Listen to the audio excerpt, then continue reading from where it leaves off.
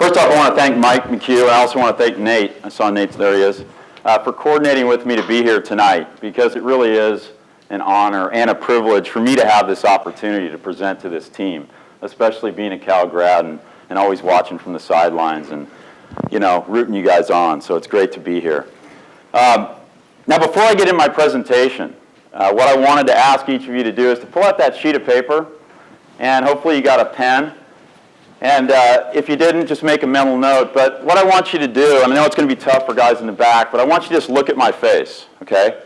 And I want you to take a close look, and I want you to just write down your first reaction, your first thought, whatever comes to mind. Just one word, a phrase, whatever it is. Just look at my face and write down the first thing that comes to your mind. And be honest with yourselves, okay? Because nobody's going to look at this sheet of paper except for you. And I promise you that at the end of this presentation, I'm not going to run around and try to grab them off your laps there and try to figure out what you said or what you said, okay? So just write something down. Don't think about it very much. When you're done, just fold it in half and set it aside. And then we're going to revisit that later on in the presentation. So just a couple of questions. How many of you guys in here know someone today who has cancer? Raise your hands. Probably more than half. How many of you in here have had an immediate family member that's been diagnosed with cancer? Are there any cancer survivors in the room? All right, congratulations.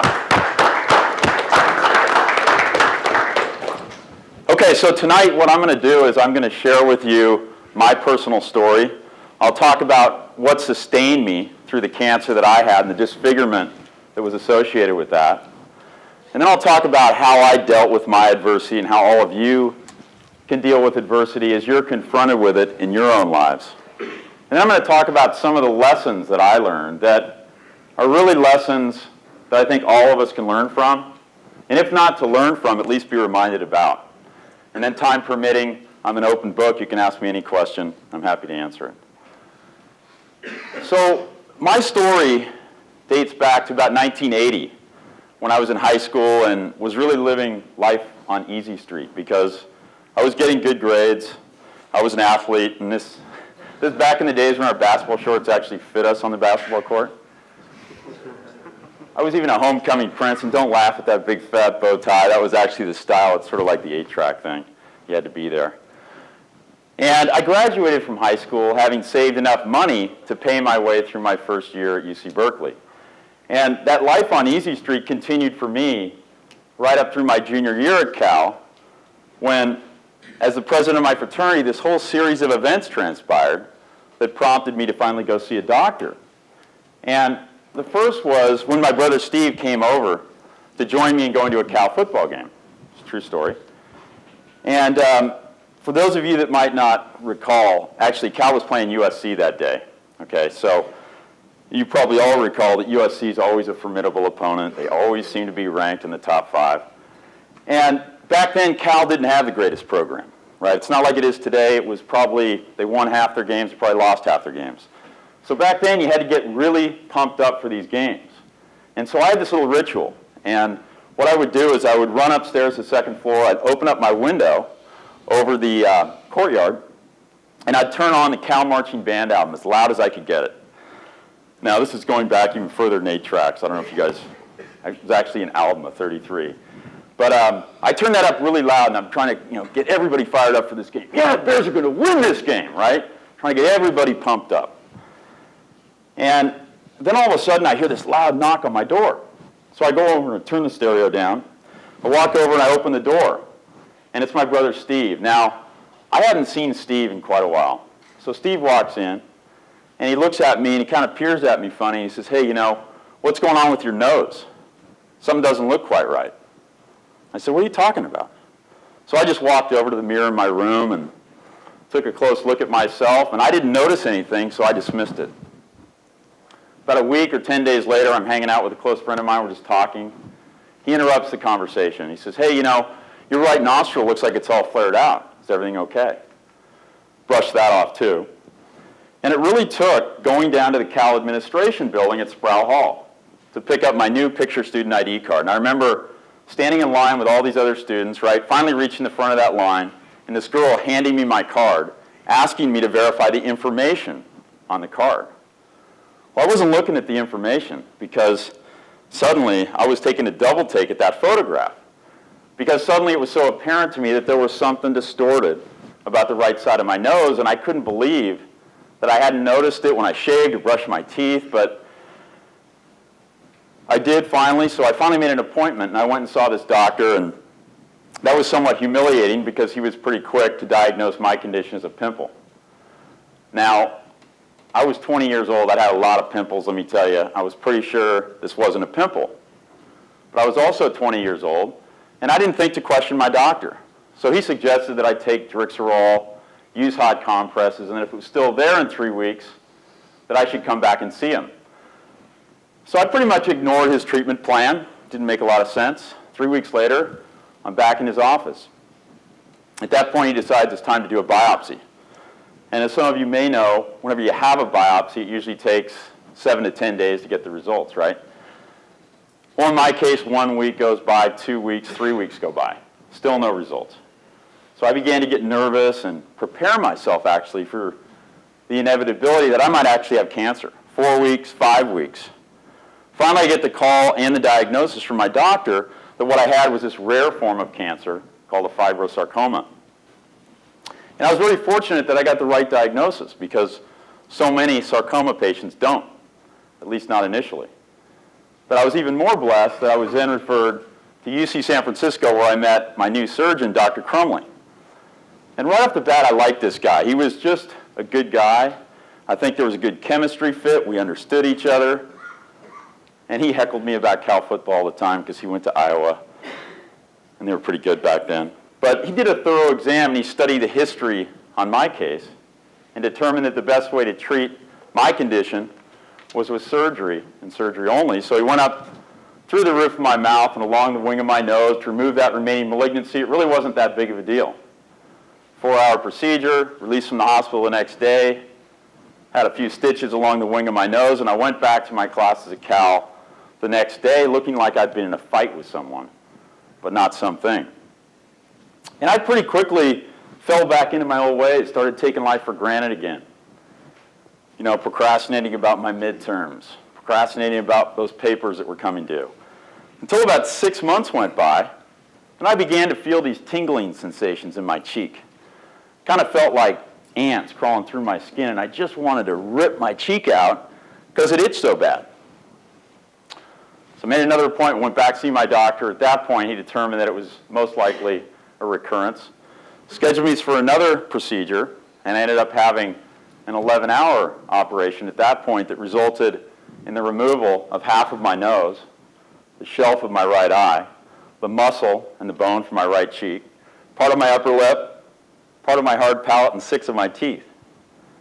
And I woke up attached to my chest like this because they had transplanted this full-thickness skin graft from my chest to fill in this cavity that had been created on my face. And so when I was able to get out of bed for the first time and walk around, I sort of shuffled around the hospital like this, and everyone looked at me like I was some kind of a freak, which I guess I was, but I did it anyway. And at that point, the doctor told me something that I'll never forget. He said, "Terry, I'm going to make you streetable before you leave the hospital." I didn't think to ask what streetable might have meant, right? So I just made some assumptions in my own mind. I thought, acceptable. And the next thing I thought of, actually, was Tom Berenger in the movie Platoon. Can you guys see Platoon? For those that didn't, Platoon was this Vietnam War film that came out right at that time in 1985. And in the movie, Tom Berenger had this big keloid scar across his cheek from this knife wound that he'd received in battle. So I thought, hey, you know, maybe that's what streetable looks like. If that's streetable, that's not so bad. I can live with that. In fact, a lot of girls kind of like that tough guy image, right? It might actually pay off for me. But his definition was very different than that. He was preparing me for this life of disfigurement. So I ended up having 2 more procedures to remove the remaining malignancy, and then I was released from the hospital, and it was really at that point that I began to realize the severity of the situation, because inside of the hospital, I was very protected, very insulated, but outside of it, I was very vulnerable and very exposed. And that's really when I began to notice people pointing at me and people staring at me, children giggling at me. And I just wanted to start that reconstructive process as soon as I could, but I wasn't able to because I had to wait for everything to heal. I had to wait for radiation therapy, which I had. I had about 6 weeks of radiation followed by 48 hours of these iridium seed implants they put inside of my denture here where they cordoned me off in a room at the cancer ward with this yellow warning tape across my door because I was radioactive. But really what became ever more difficult for me in my recovery was the aftermath of the cancer. It was the disfigurement that resulted from it. And so over the next 5 to 6 years, I had another 25 procedures, and most of those were reconstructive in nature. And it really took that long for me to become content with who I was as a person. But it took a whole series of events to get me there. And to this day, a lot of people ask me, what sustained you through this process? How did you get through it? And I would really attribute it to 2 core things, simple things, to the people that I interacted with and to the events that transpired during that time. But first and foremost, it was my family and my friends who were incredibly supportive, caring, nurturing, committed. But mostly, they were full of positive energy. It was my medical team. My doctor was this incredibly confident and competent man who never expressed doubt that he'd get me cured of my cancer. He never expressed doubt that he'd get me reconstructed back to that old Terry. And at every stage in the process, I was sent to the best and the brightest specialists. And I was pretty lucky. I had some pretty cute nurses along the way, too. Myself, I didn't realize how much inner courage and strength I could find within. And I'll talk about what I call my survival kit a little bit later. But after having this series of reconstructive procedures and not really seeing any good results, I began to realize that I needed to have another purpose in my life beyond reconstruction, something that I had control over. And so getting that first real job when I finally graduated from Cal after about 5.5 years was significant because suddenly I had goals, I had objectives, I had responsibilities, and for the first time, I began to feel like I was contributing to society again. And that was really the beginning for me of rebuilding some of the confidence that I'd lost, of regaining some of that self-esteem I'd lost. Because I had really been on this long, long downward spiral. And for the first time, I was starting to feel like I was coming back up the other side, right? But I was still way, way down here, and I had a long ways left to go. But then there was really a whole series of events that liberated me. And the first was meeting this girl named Dina. And this is the only photo I have of her. That's why I'm showing you this. But to give you the background on Dina, this is at a point in 1989. So now we're 4 years after that major procedure I showed you earlier, where I was going back and forth to Chicago to have this series of 6 reconstructive procedures just in an effort to make my nose symmetrical again. And on the 6th procedure, I went back there expecting something really magical to happen, right? Because I didn't look very good going in that procedure. But somehow I thought, everything's going to come together and I'm going to look great. So I had the procedure. And when I was done with that, I did what I've become so famous for. When I was able to get out of bed, I jumped up and I rushed into the bathroom. And I'd get all geared up. I'd look at the ground until I was good and ready. And then I'd look up in the mirror all excited. And when I looked, I just remember being so disappointed, devastated, because suddenly I realized that I now had new scars on my forehead that had been created in an effort to reconstruct my nose because I had to pull tissue down. I had new scars on my cheek, created an effort to reconstruct my upper lip. And I really felt like I'd been taking 2 steps back for every step that I was taking forward. And that was really at the point that I sunk to a new low. But in that same hospital, on that same stay, I met Dina. And Dina, to me, was this gorgeous girl with this great attitude who took this immediate interest in me, and we began to see each other, and pretty quickly our relationship became intimate. And I say that only because it was significant in that it was the first intimate relationship that I'd had with someone who didn't know me as that old Terry. But after spending this long weekend together, Dina just looked at me and she said, "Terry, you have a lot of issues that I can't help you with. And you need constant reassurance. And I can't give you that. And so what she taught me really was that the scars on the inside had become far more disfiguring than the scars ever were on the outside.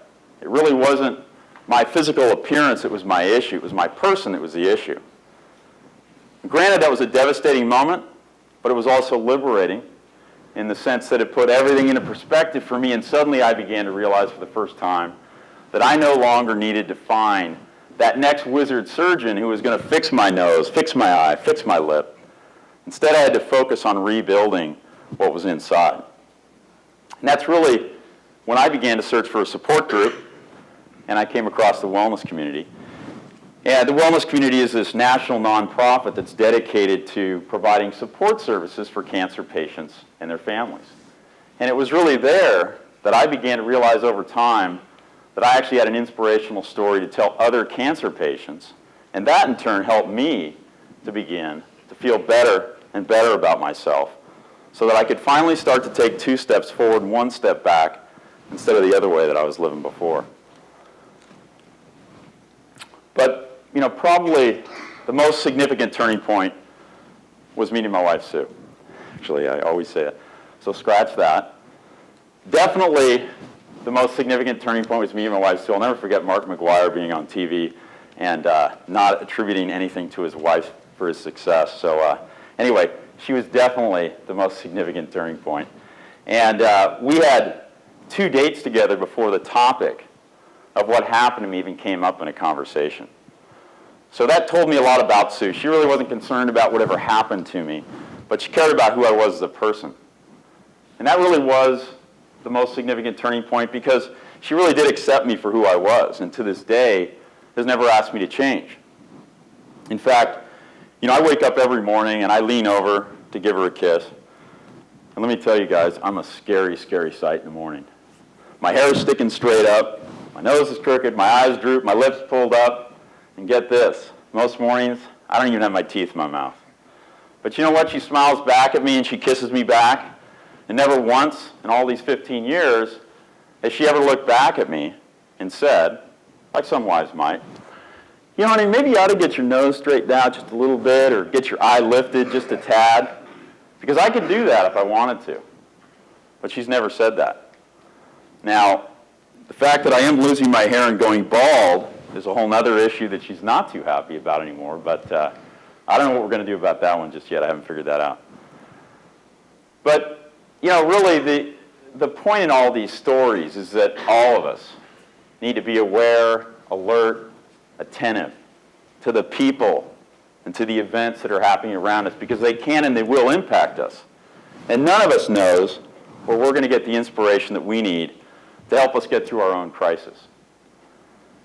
But there's another message here, and it's about trust and teamwork. I would have never gotten through my ordeal without having an incredible team of people around me that I trusted day in and day out, right? Without my family and friends providing support every day, without a great medical team, without my first boss who took a chance on me. He was a Cal grad. He took a chance on me and hired me when I had cancer into his small business. He took a big risk. Without Dina, who really helped me to identify what my true weaknesses were and helped me to focus my life on what I could control in my life rather than what I couldn't control. Without all those people at the wellness community providing support, and without my wife, Sue, would have never gotten through any of that. And I think, you guys all know this, but, if you want to achieve something great, anything, you got to have an incredible team of people around you to do it. You can't do it by yourself. And you got to trust those people. Now, all of you guys will be confronted with some kind of crisis at some point in your lives, right? And you're going to figure out a survival kit on how you'll manage through it. So what I thought I'd do quickly is share with you what I call my survival kit. First and foremost, for me, it was my religious faith and spirituality. It gave me tremendous courage and strength throughout the ordeal. But again, I say this again, it was trust and teamwork. I trusted my family that they'd help me to make the right decisions. I trusted my medical team when they told me they'd cure me of my cancer. I trusted my medical team when they told me they'd get me reconstructed back to that old Terry. Regardless of whatever the final outcome was, the fact that I trusted those people enabled me to keep hope throughout the whole process. I also became very focused, goal-oriented, right? I started setting all these personal and professional goals 1 year out, 2 years out, 3 years out. And I found that to be very therapeutic because I was always reaching forward and looking to the future rather than being caught up on the present and dwelling on my own situation. Certainly positive thinking. Glass is half full, it's not half empty. It's never half empty. Balance, eating right, sleeping right, exercising, trying to live a balanced lifestyle. Group therapy, I talked about that, but being able to share with other people day in and day out, things I couldn't share with my family and friends, that was instrumental. And this last thing is visualization, positive imaging. Any of you guys employ that in your lives? Good, that's actually quite a few. Usually when I ask that question, a lot of people kind of look at me like, what? But visualization and positive imaging can be a really powerful thing. I won't go through stories about how I used it, but I personally leveraged it a great deal. I would basically try to envision myself being healthy, being cured, being healed, right? And every day I would concentrate. How am I going to get there? What do I have to do? What do I look like 2 years from now? And what I like about it is that anybody can employ it, right? All it takes is a little bit of concentration every day and a vision about what you want to achieve, what you want to overcome. And you just got to think about it, concentrate on every day. How am I going to get there? How am I going to be the best at what I do? And every day, what can I do today that's going to help me to get there tomorrow? It's very powerful, and I think it's underestimated. Now, how do all of you in this room deal with adversity as you're confronted with it in your own lives? Well, first and foremost, it's kind of interesting. I think we all get a fresh perspective. It's really easy to reset priorities. Suddenly you're not sweating the small stuff anymore.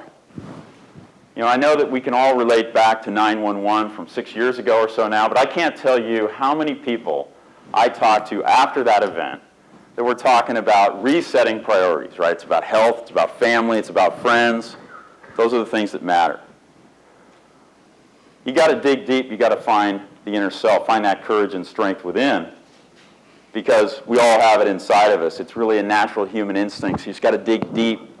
Search for those tools that are going to help you to manage through a crisis. Maybe they're some of the things I talked about or any number of other things, but the point is to try to remember what that toolkit is, because you never know in life when you're going to be called upon to use it.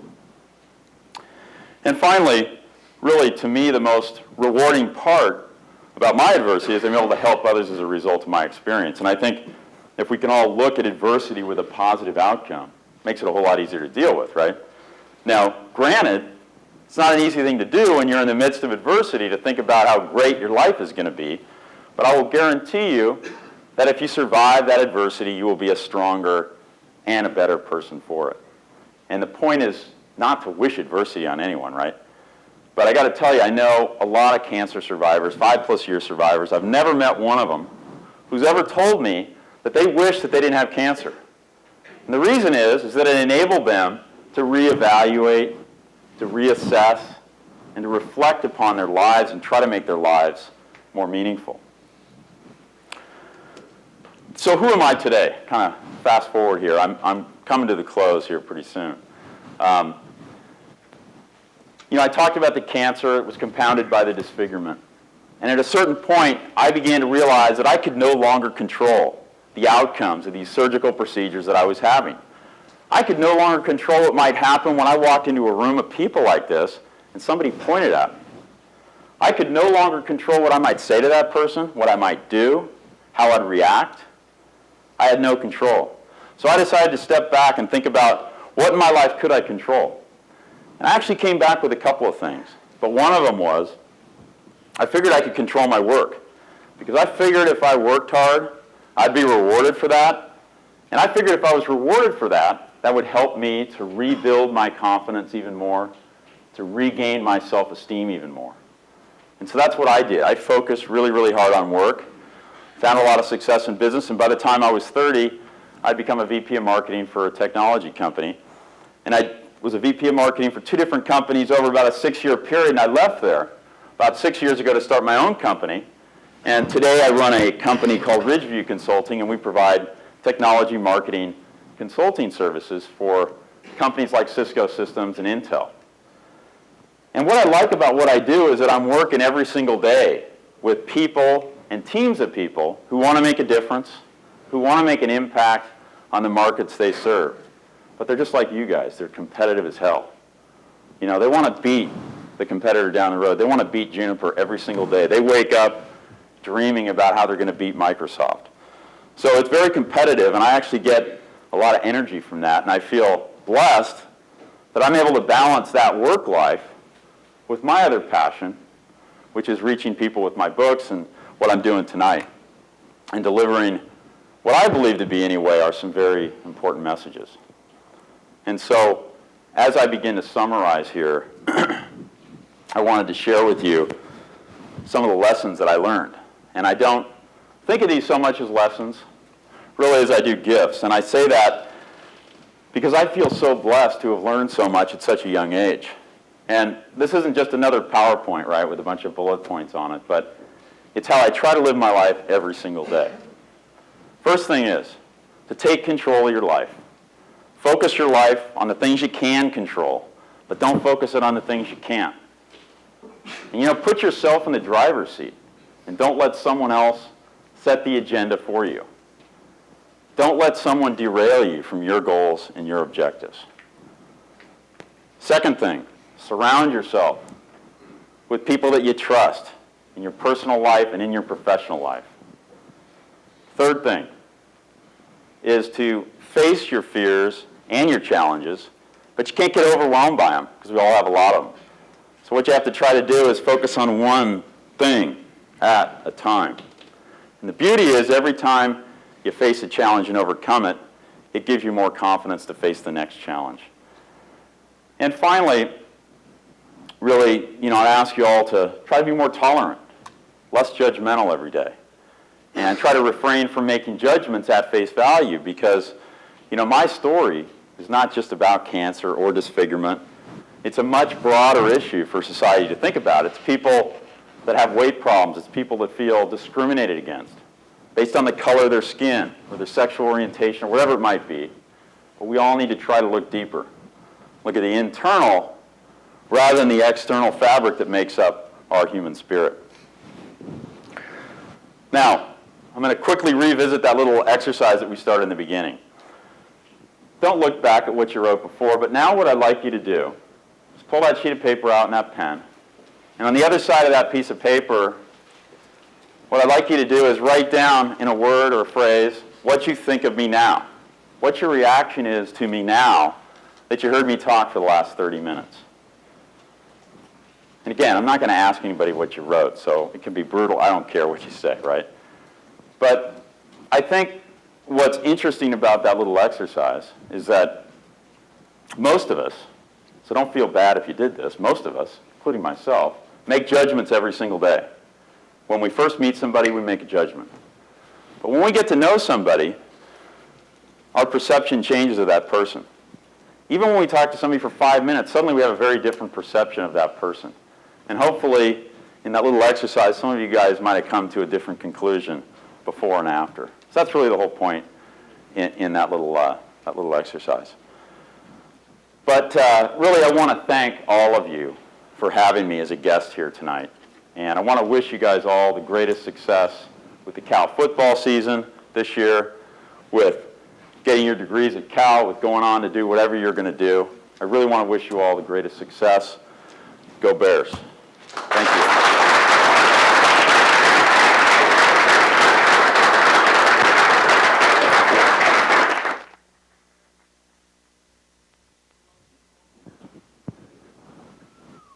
Yes. You ever talk to Dina again? I do. Dina became she's actually an anchor, a TV anchor in Chicago. And so I go back there to Chicago on business or whatever. My wife is friends with her. I'm friends with her husband. She married her cameraman. So we're still very good friends to this day. And I always wanted her to know the impact that she had on me. And so it's great that we were able to stay friends. Any other questions? Yes. It's called Ridgeview Consulting. Small consulting firm. Yeah. Yeah, when you guys are looking for some stuff to do when you graduate, give me a call.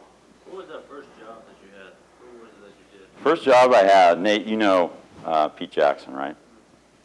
Okay, Nate, I think, worked a little bit for a guy named Peter Jackson this summer or something, right, or last spring. Yeah. My first job actually was, I wasn't making any money, but it was a job, and my opportunity was to go into a small fledgling startup company that was distributing computers, basically, when computers were very, very new.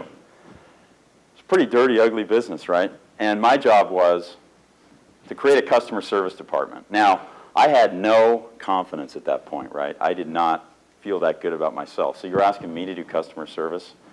It was a great challenge, and that's, Peter Jackson is this guy that it's all about competition. He's all about facing challenges. So I credit a lot to him because he basically gave me this job that was impossible.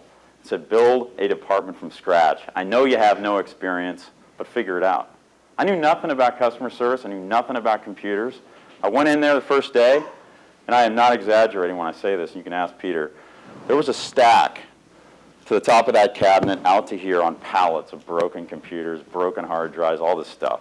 Figure out how to get our money back on this, figure out how to get it returned, help our customers solve their problems. So anyway, that was my first job. I worked about 18 hours a day, but I loved it. It really helped me get back on my feet. Yes? You ever think about going back and trying to fix your face too? For those that didn't hear it, he said, do I ever think about going back and fixing my face still? And the answer is I could do that. There's technology's come a long ways. I became content with who I was at a certain point. You know, as I talked about, I kind of reached that point of, you know, where Dina kind of came into the picture and I think helped me understand what's really important and what could I control in my life. I couldn't control reconstructive surgery. And fortunately, I kind of grew up, and I think I came to recognize that I liked who I was, despite the fact that I was never going to look like who I was before. I was never going to be a homecoming prince guy again, you know. But so I have no intentions of fixing anything unless I have something functional that I have to. Yeah. How much was my medical bills for all this? You know, I can't even tell you. I was really lucky that I had a dad that had good medical insurance for our family, and so I was pretty well taken care of. I could go to the best doctor, but I don't want to know how much it cost. Yeah. Yeah.